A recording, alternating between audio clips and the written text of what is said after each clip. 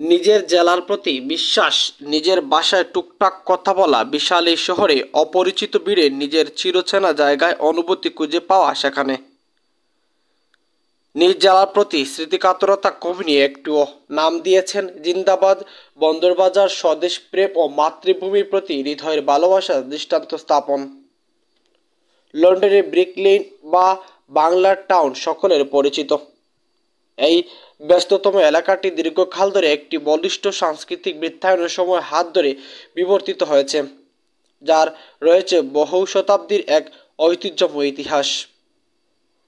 বাংলাদেশি অধিবাসীদের পদচারণায় এই প্রাণবন্ত পূর্ব লন্ডনের পাহাড়টি সময়ের সাথে সাথে তার পরিবর্তনে বৈচিত্র্যতার অবিচ্ছেদ্য অংশ হিসাবে কালের সাক্ষী।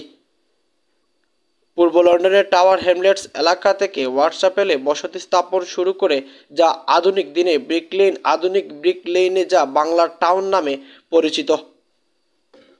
বাংলার হাজারো বছরে কৃষ্টি এবং সংস্কৃতি প্রবাহকে খুঁজে পাওয়া যায়।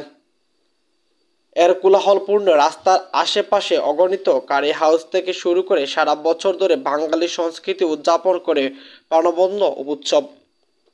সংখ্যাগরিষ্ঠ বাংলাদেশি অধ্যুষিত এই এলাকাটি সমগ্র ইংল্যান্ডের সবচেয়ে প্রাণবন্ত বৈচিত্র্যময় স্থানগুলো সংস্কৃতি, ইতিহাস, শিল্প, সঙ্গীত এবং বাংলাদেশি এবং ভারতীয় আশ্চর্যজনক নানা স্বাদের খাবারপূর্ণ।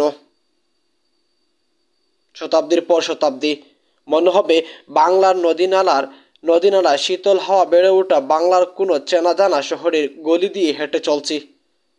রেস্তোরাঁ থেকে ভেসে আসা দেশ বাংলা কোনো গান যেন সেই অনুভূতির জানান দিয়ে যায়।